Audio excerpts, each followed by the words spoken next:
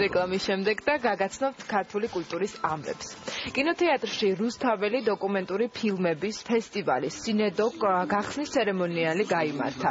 ღონისძიება იამაიკელი რეჟისორების ამანდა სანსისა და მიქაელ გალუფრის ფილმით მონანიების სიმღერები გაიხსნა. დოკუმენტური ფილმების ფესტივალი წელს პირველად იმართება. ფილმები ფესტივალის მთავარი პრიზისთვის რეჟისორებმა მსოფლიოს სხვადასხვა ქვეყნიდან, მათ შორის გერმანიიდან, ჩილედან, საფრანგეთიდან და პოლონეთიდან წარმოადგინეს. ფესტივალის ქართული პანორამა კი საქართველოში ბოლო 25 წლის განმავლობაში შექმნილ კინოპროდუქციას დაეთმობა. დოკუმენტური ფილმების ფესტივალს კინოთეატრი რუსთაველი, მოსწავლე ახალგაზრდობის სახლი და გოეთეს ინსტიტუტი 20 ოქტომბრამდე უმასპინძლებს.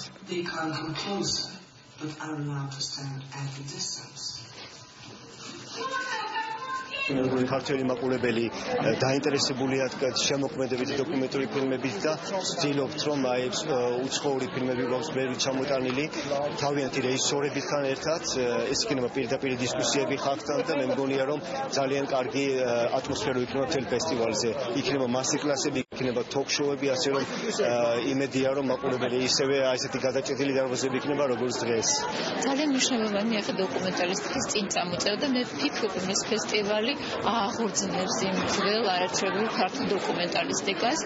თუნდაც ის ფაქტი, რომ ბოლო წლებში თინა ბურჩიანის ფილმმა სანდენსის ფესტივალზე მოიგო, როგორც საუკეთესო დოკუმენტური ფილმი, უკვე იმაზე მეტყველებს, რომ რაღაცა ძვრები უკვე არის ქართულ დოკუმენტალისტიკაში.